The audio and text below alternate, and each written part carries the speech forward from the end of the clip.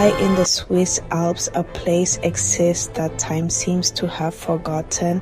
It is a small village. Its name is Isone. Fog often wraps around its old wooden homes. The air is almost always cold. A single narrow road winds its way up the mountain. It is the only connection to the world below. This road is a lifeline, but it is a fragile one. When the weather turns, the village can feel like an island floating in a sea of clouds. It is a place of profound silence where the world's noise fades away. The journey to Isone is a story in itself. The road is thin, clinging to the side of the great mountain. In the winter, heavy snow can close it for days or even weeks. In the spring, powerful stone walls stand guard. In the summer, the slopes are covered in a blanket of deep green grass. But when the rains come, the paths turn to soft, slippery mud. Not many cars make this journey. The village is left to its own slow, steady rhythm, a pace set not by clocks but by the sun and the seasons. When you first see Isone, it looks like a painting from a storybook, nestled in a high valley.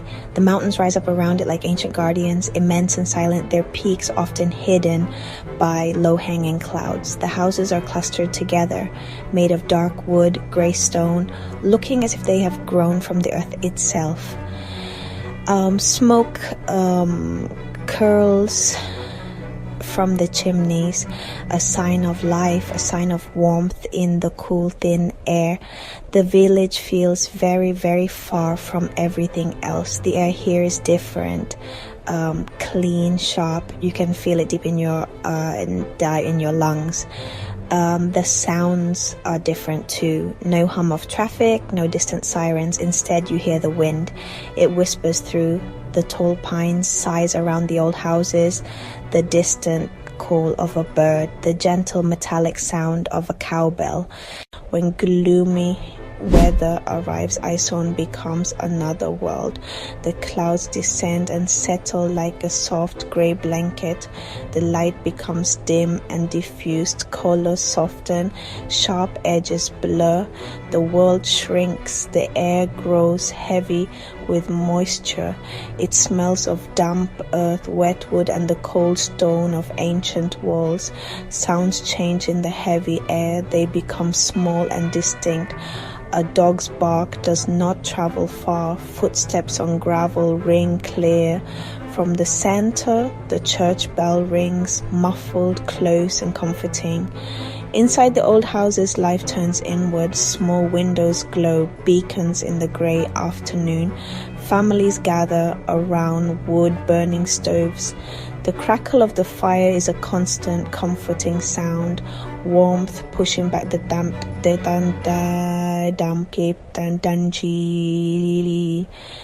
This is a time for slow tasks, mending clothes by hand, sharpening tools for the work ahead, or simply sitting with a warm cup of herbal tea made from plants gathered in the high meadows.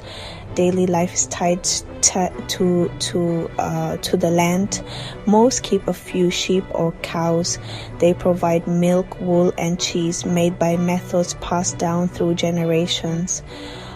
Small gardens grow potatoes, cabbages, and herbs. A few even keep bees, making dark, rich too honey for from mountain wildflowers. There are few shops. One tiny store sells essentials like bread and salt. Life is simple, but it is a life of substance. It is real.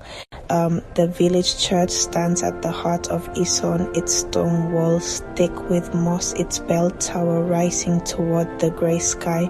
The bell is the village clock. It is also its voice, calling to worship, to celebrate, and to mourn. In harsh weather, the church becomes a gathering place, a shared warmth, a shared community where stories are told on wooden pews. They speak of past winters and storms that broke ancient trees, of helping hands for leaking roofs and meals at the door for the unwell. This spirit of mutual support is a necessity, an invisible thread that holds the community together. One family, the Müllers, has lived in the same house for over 4 generations. Their home is a living museum. Beams are dark with age. The stone floor is once smooth by countless footsteps. Photos tell of great-grandparents who built the house, of winters so cold water froze indoors, of summers full of flowers. Their hands are strong from a lifetime of work. They mend fences, repair sticky stone walls, read signs in the sky, preserving old ways with care, using tools that belong to their ancestors. When fog blankets the valley, they do not see gloom. They see a time for rest, for connection, small stories of daily life that become the village's history. These threads, church, home, hands and voices are the fabric of Isone. Living in such isolation comes with many challenges. These are the hard truths of life in Isone. The nearest doctor is a long drive away down the winding mountain road. In an emergency, every minute counts. A severe storm can knock out the power. The village may be plunged into darkness for hours or even days. The deep cold of winter is a constant battle, freezing water pipes, making simple tasks difficult. Young people feel the pull of the world below, bright lights and different work. As they leave, the village grows smaller, older. Each year, fewer children sit in its tiny school.